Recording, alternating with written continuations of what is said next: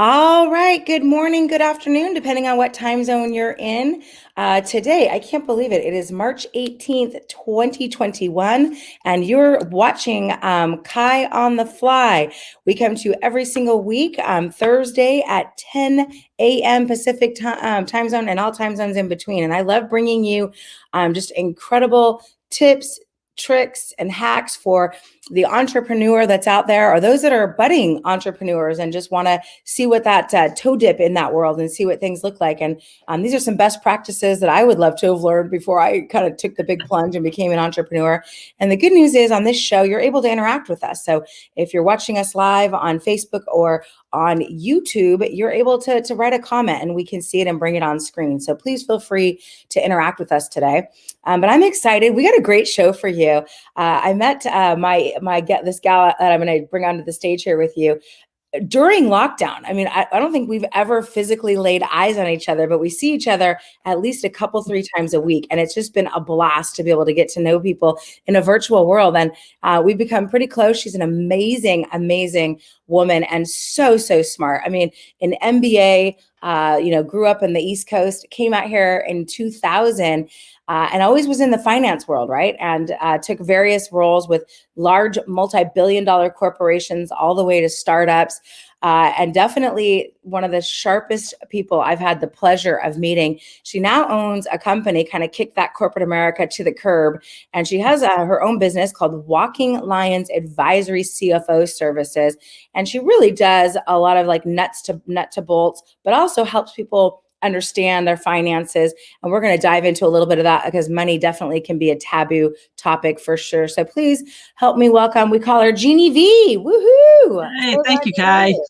Excellent. So excited to be here with you and your millions of watchers. I know, right? Someday I'm going to be on Oprah. So I'm going to be the new Oprah. I love it. But hey, listen, people have not had a chance. I like to bring you to my tribe. People have not had a chance to really get to know you yet. We've got Mindy on there. Thanks, Mindy. And so tell us a little bit about your background. I know you have had startups and solar and food and East Coast, West Coast. How did you end up, where you are today and what you're doing? Tell us a little bit about your background, my dear.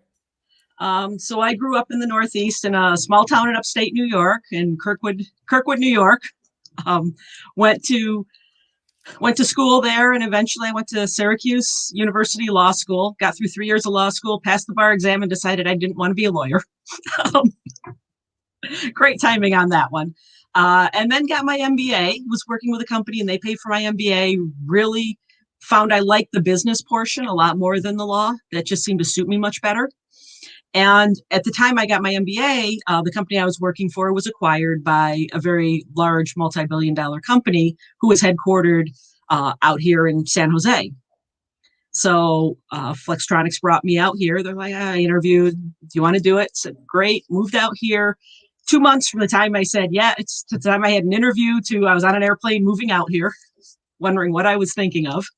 And then started working for companies, doing cost accounting, some financial analyst work, accounting work, went to a solar startup, several failed solar startups, learned a lot when you work for companies that, the economy, a lot of other reasons didn't do well, and then went to Solar City, which was acquired by Tesla, and just decided after that, quit them when it was a lot of hours.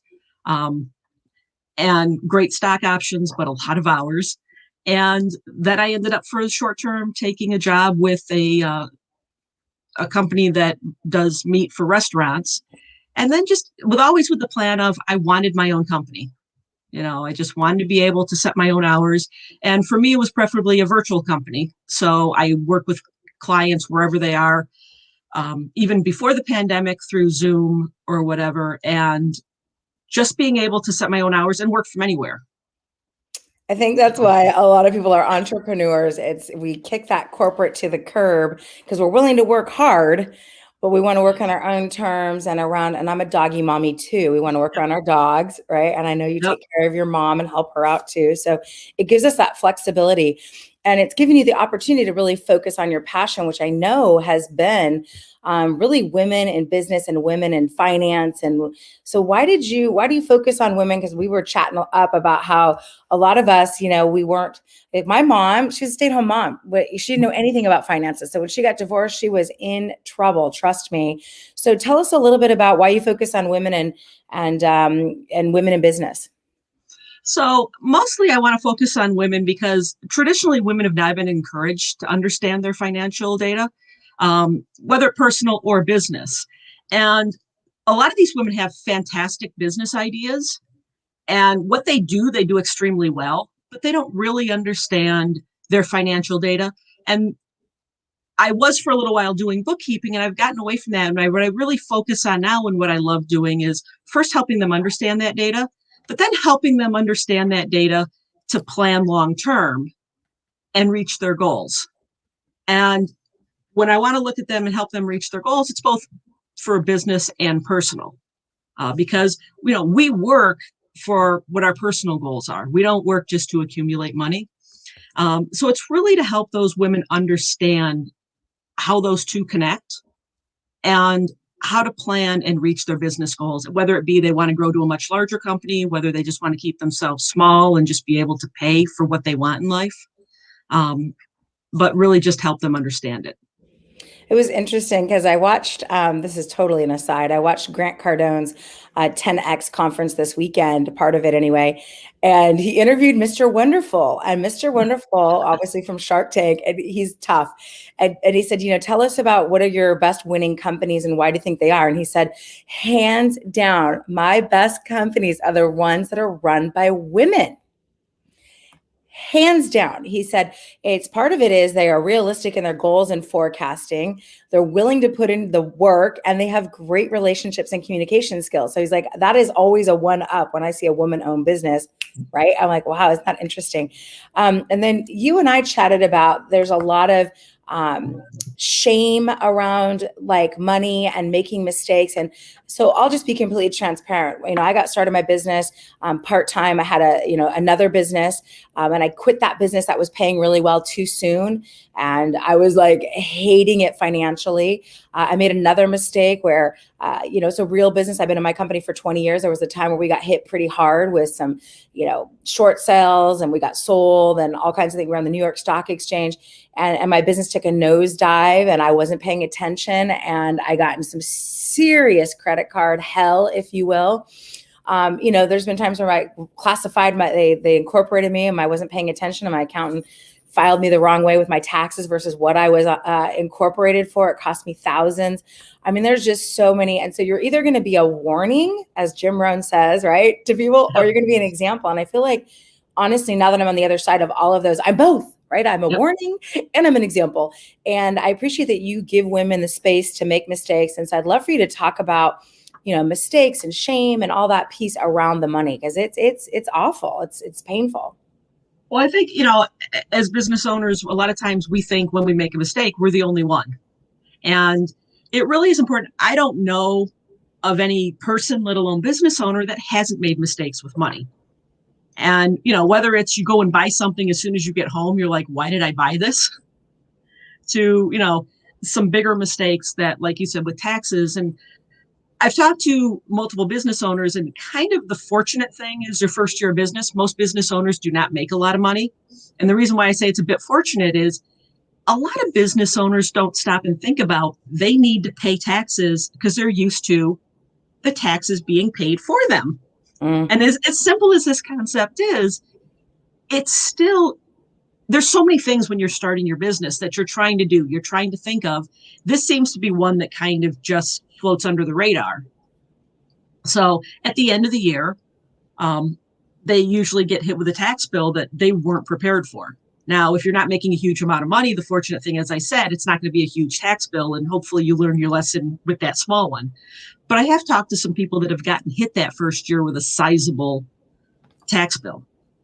And and it's hard. And, there are organizations that will help you either with how to finance it, but even just talking to the IRS. And the biggest thing with mistakes, there's two things. One is you really need to try and get past that shame, at least enough to pull your head out of the sand, because a lot of people will bury their head in the sand, and if I don't see it, it goes away, and that does not happen, especially with the IRS. But even other creditors. And the other thing that's not exactly a mistake, but sometimes people get in over their head because of circumstances, and this year is going to be a prime example of that, because if you're a small business, a lot of small businesses have lost a lot of clients, or at least business, they're put on hold, and they've put a lot of stuff on credit cards out of necessity. So again, it's pulling your head out of the sand. Yeah.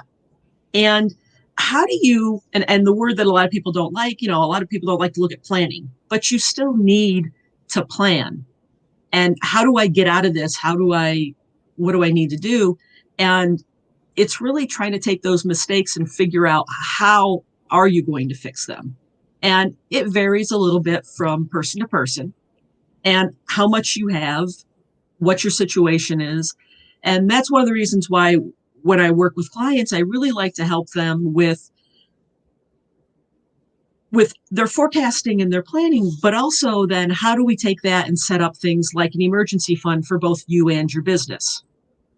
I remember probably about 20 years ago when I moved here, all the financial planners were saying, oh, you need at least 3 months of savings. Uh-oh, she froze. All right. Well, I've made every mistake in the book. So let's hope she comes back there, from miscalculating what I was going to owe in taxes to everything. And I think it's, are you there again? To save for 12 months. So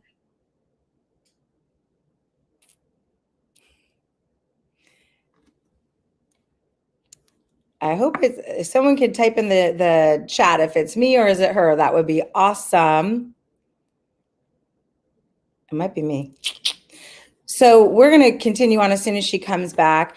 But if you've made mistakes, here's what I know is, we talked about this too, Jeannie, is that when you make a mistake, it's never as severe as you think. Like, I've made mistakes and I thought there's no way I'm ever going to dig my way out of this. There's no way. It's her. Okay. Thanks, Mindy. There's no way I'm going to dig my way out of it, whether it was a tax mistake, whether it was, like I said, the credit card thing.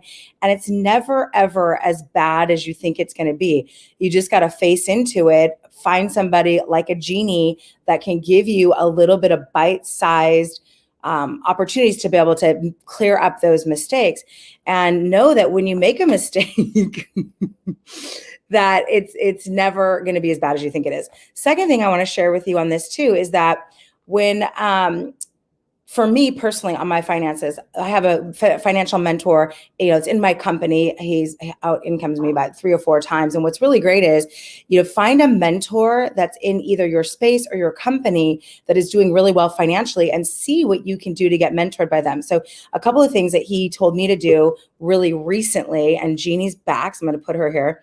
One of the things that they told me to do recently was hi Jeannie, was to do my own bookkeeping. They said, he said to me, you're never, ever going to know where your money is going until you do your own bookkeeping. So I started doing my own bookkeeping, and Jeannie hates Quicken, but I'm using Quicken right now because it can do my personal and my business, and I can see them at the same time. And it was quite an eye opener to find out, where are you spending your money?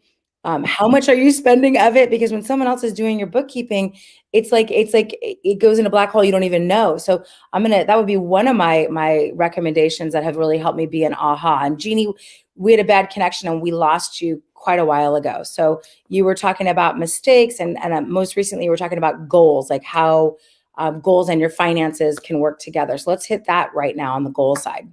Sure. Sorry about that. We were talking about how good the connection was, and lost it. So really the important thing too is as we're doing forecasting and planning, it's always to have, what are your goals in mind? And we'll start generally with a 12-month goal, and then even going out further. And when I talk to people about their goals, it's not only their business goals, but again, we want to link that back to your personal goals, right? What do you really want out of life? Because none of us are working or have our business just to pile up money someplace or to spend money. So we want to take a look at how do those two things come together. And most people at the beginning of each year, business owners, they'll say, I want to make X amount this year, right? That's one of their goals. But I really ask them, what is the significance of that amount? For some people, they understand what it is, but really for that goal, how did you come up with that number? And what we'll do is then we'll break it down with our forecasting by types of services. Most of my clients, it's a service. They don't sell products, although some do. And to say, okay, well, to make that amount of money each month, how many services do you need to sell? Right? And for some people, they're amazed that how many services they would have to sell, whether it's they have to sell a lot more than they thought they would, or even sometimes it's a little bit less. The other advantage with doing this planning and with goals is you also want to go back periodically and review what your goals are, see what's working, what's not. Because if you have 3 products, sometimes you're like, well, I know this is the service or product that will sell the most. It turns out it's not. So this data also allows you to reassess what you're doing and say, should I really be focused on selling that product or service? Or do I revamp that? Or do I really focus on the ones that are selling because that's what people want? So that's really why, and sometimes even when you want to take a look at the goals, we do it because things change. Your life changes, and we want to adjust for those things. But when we set these goals, it could be anywhere from setting in some retirement goals to providing funds for your children for college to, I want to put a down payment on a bigger house with a pool. I don't know of anybody who wants that, Yeah. So it's taking a look at those goals and being able to take that money and put that away for those things. And again, as I said before, we also want to take a look at saving an emergency fund. So as things happen, and once we get through this year, this period of time, hopefully things go back a little bit more to normal. Businesses are able to conduct business the way they expect to. But at some point in time, if you have your business long term, you're probably going to hit another downturn. Hopefully not like this, but things are going to happen. And we want to make sure that you're prepared for those things. So I have a couple questions for you, like just as far as buckets are concerned. So we've always heard, you went the 6 months of your income, saved up. What are some great guidelines for these different buckets? Like how much percentage should you save on taxes? How much should you live off of? So could you share with us some best practices there? Because I think that's helpful for people just to get a visual of, out of I made $100,000, how much should I allot for each area? Right. And this gets a little hard to say how much percentage wise that you're going to do. So, and I started a little bit differently, and I love the question and everything, but really the first thing I start with is, because I have people start with their personal, what they need. So we try and at least look at how much money do you need, right? Now, I take taxes, I tell people generally they're going to start with between 25 and 30%. And it's really going to depend on where you live and how much you make. So as a general rule, if you can sit down and figure out how much the percentage is, that's one thing. But I'd say that bucket's probably somewhere between 25 and 30%, but it could be a bit more, it could be a bit less. And then your business, that emergency fund for your business, because you want to be able to keep that going, pay, yourself, employees, if you have any, pay any, subscriptions, those things. That I would try and go at least 5% if you don't have an emergency fund. And remember, all this is off of your net profit. This is not off of sales.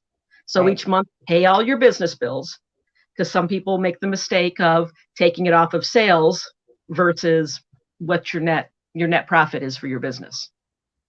So, and then you'll have a little bit left over, right? Because if you go 25 to 30%, 5% and 50%, that you may need, if you need to live off of that, you're going to have to move it to that bucket. The other bucket that I also recommend to business owners to look at some point, once they've got some income and they have their personal expenses taken care of, things like that, is I create another bucket that's called projects for my business. And I create a little savings for maybe, I think pretty soon I'm going to need a new laptop. I want to implement, I want to pay for a website. I want to do a digital marketing campaign. So these are all things that maybe I want to save a little bit of money for, so that I'm not putting it on a credit card and I can't pay off the balance each month. Yeah. So, I mean, I'm not a person who says don't put anything on a credit card, but you really want to be able to pay it off each month. Agreed.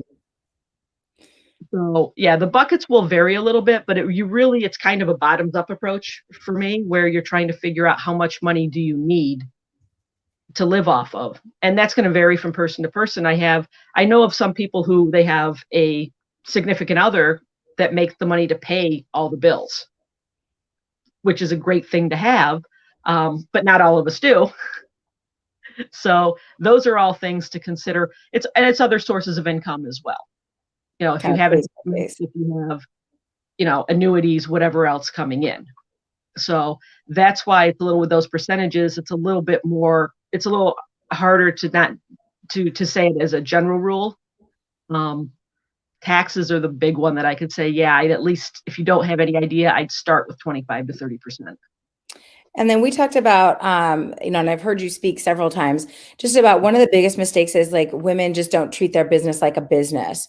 And, I talk about that too. In what I do is, because we've got a lot of independent associates that I work with. What does that mean to you, and how can people treat it more like a business? So one of the biggest ways that people they treat their business as a hobby is they just are not tracking their finances. There's a number of people that I know, and they're extremely intelligent people, wonderful people. They have a great business, but they're at the end of the year, they're trying to gather all these, all their receipts, figure out what they charged, and get all that together for taxes, because they're going to have to do that for taxes. And when I talk to them about, well, has everybody paid you for this year? And they're like, I don't know. Wow. I don't know, they're not setting up a system where if they're providing a service or selling product, it's not a proper invoicing system. They're not able to track who's paid them, who hasn't. And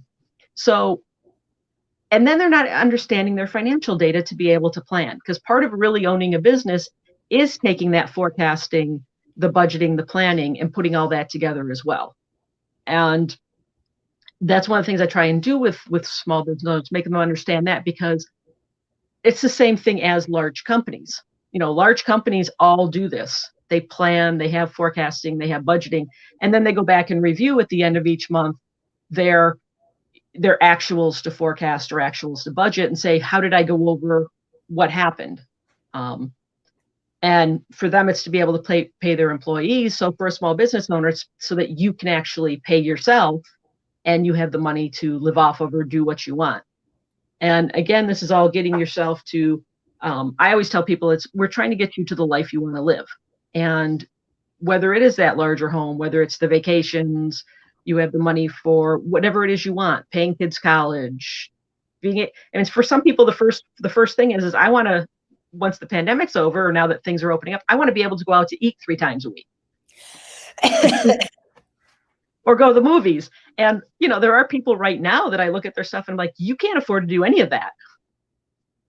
You're making basically just enough to pay your bills.